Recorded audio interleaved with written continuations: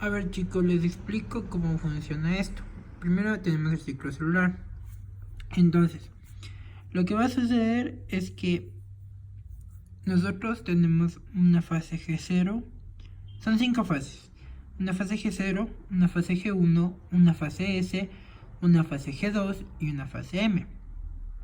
Ahora, durante la fase G0 a la fase G1 va a haber un proceso de activación. Este proceso de activación se va a dar a través porque el organismo pide la traducción de proteínas, protoncogenes, pide que se dé la replicación. Entonces, una vez activada la G0, vamos a ir a la G1. Y entre la fase G1 a la fase S va a existir un punto de restricción. Este punto de restricción, en el caso de las eucariotas, va a estar mediado por factores adversos. Por ejemplo, en un caso de virus, enfermedades, todo eso, va a haber un punto de restricción y se va a parar la replicación y no se va a dar. Sin embargo, para que se pueda dar todo el proceso de replicación, para que pase de la fase G1 a la fase S, va a existir unas ciclinas. Dentro de las ciclinas tenemos una subdivisión que son las cinasas, y una cinasa muy importante es la CDK. Esta CDK, ¿qué va a hacer? Esta CDK tiene una función catalítica. Entonces, al tener una función catalítica, va a fosforilar proteínas. En este caso, para que se dé la replicación, la CDK4/6. Y además de eso, dentro de este punto de restricción, va también a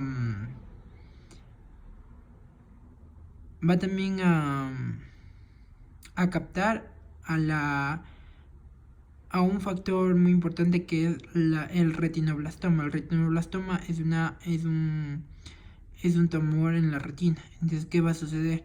Este retinoblastoma no va a pasar por el punto de restricción, o sea, va a pasar de largo y se va a dar la enfermedad. Sin embargo, la CDK es un importante, como les dije, es catalítico. Esta cinasa catalítica lo que va a hacer es, va a inhibir a la RB y va a hacer que no se dé el retinoblastoma. Entonces, una vez que pasamos de la fase G1 a la fase S por el punto de restricción, pasa normalmente de la fase S a la fase G2. En la fase G2 y en la mitosis va a haber un punto de control. Este punto de control principalmente nos va a ayudar a controlar que se dé la mitosis normal. En este caso, ¿qué va a suceder? Por ejemplo, si viene un ADN con virus, si viene cáncer, bueno, en el caso del cáncer es un poco más fuerte. Si viene un ADN con virus, o el ADN está fallando, o hay un proceso mal en el ADN, este punto de control va a hacer que igual se pare todo el proceso y la célula entre en apoptosis y se muera. Porque una vez que encuentra en el punto del control que el ADN está mal realizado, mal hecho, todo el proceso del ciclo celular no va a servir. Entonces, lo que va a hacer es que se va a parar y no se va a dar. En el caso de que se pueda pasar el punto de control, no haya ninguna deficiencia, no haya pasado nada, va a pasar a la fase de mitosis. Y una vez que pase mitosis, va a suceder los procesos de transcripción y traducción de proteínas que son necesarias para el organismo. Ahora, dentro del ciclo celular tenemos los factores de crecimiento. Los factores de crecimiento son muy importantes para que se dé el ciclo celular. Entonces, los factores de crecimiento están principalmente controlados por polipéptidos. O sea, su regulación son los polipéptidos. Entonces, ¿qué van a permitir los polipéptidos? Regulan el factor de crecimiento, y el factor de crecimiento que nos va a dar una supervivencia de células concretas. Además, que va a inducir a la migración, diferenciación y respuesta a otras células. A esto se le incluye la estimulación de funciones de protoncogenes. Cabe destacar aquí que dentro de los factores de crecimiento son muy importantes para la expresión o inhibición de los genes, que yo les voy a explicar. Entonces, tenemos ciertos mecanismos de señalización.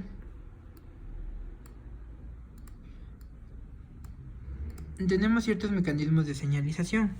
Dentro de estos mecanismos de señalización hay que también tomar en cuenta que los factores de crecimiento son ligandos. ¿Y qué hacen los ligandos? Se van a unir a receptores. Entonces, como los factores de crecimiento actúan como ligandos, lo que van a hacer, se van a unir a un receptor. Posterior van a dar una actividad para dar una señal bioquímica. Esto va a inhibir o va a expresar los genes. Entonces, tenemos de diferentes formas, de forma autócrina, de forma parácrina y de forma endócrina. Autócrina cuando la célula se regula a sí misma. Parácrina cuando la célula regula a una célula cercana.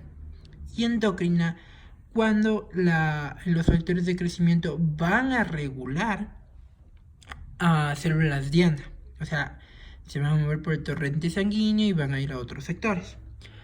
Entonces vamos a tener unos factores de crecimiento muy importantes. La TGB, la IGF y la FGF y la PDGF. Todos estos son muy importantes en los factores de crecimiento. ¿Por qué? Porque la una estimula e inhibe la reparación ósea, la otra incrementa la densidad ósea, actúan como linaje ostogénico y todos estos actúan principalmente dentro de lo que es el cáncer, o sea, pueden estimular o inhibir a que se dé el cáncer, dependiendo de que si el factor de crecimiento se expresa bien o no se expresa bien. Entonces, vamos a tener tres tipos de receptores muy importantes. Uno, que son los receptores intrínsecos, otros receptores acoplados a la proteína G y otros receptores sin actividad enzimática intrínseca. Entonces, los receptores intrínsecos principalmente lo que van a hacer, se van a fosforilar y se van a dimerilizar. ¿Para qué? ¿Cuál es su función? Su función es inducir a distintos programas de transcripción para que se puedan dar proteínas necesarias para el organismo. Ahora, los receptores acoplados a proteína G son principalmente segundos mensajeros. Estos segundos mensajeros nos van a permitir que la célula induzca otras respuestas. Y los receptores sin actividad enzimática intrínseca van a tener un cambio de forma intracelular que permite la asociación de sinasas, que sinasas J, o también conocidas como llanos. Entonces, ¿qué va a activar esto? Va a activar que se transloquen en el núcleo e induzcan la transcripción de células diana. Ahora, hay varias cuestiones muy importantes dentro de la función de la matriz extracelular. El sistema del soporte mecánico, el control de la proliferación celular y el establecimiento de microambientes tisulares.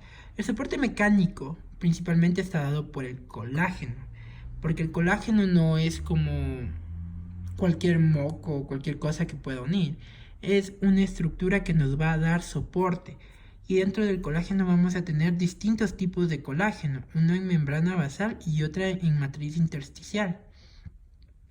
Entonces, los de membrana basal van a ser siempre los de tipo 4, mientras que los de membrana intersticial vamos a tener otros tipos de colágeno, como el 2, el 3, el 5 y el 6.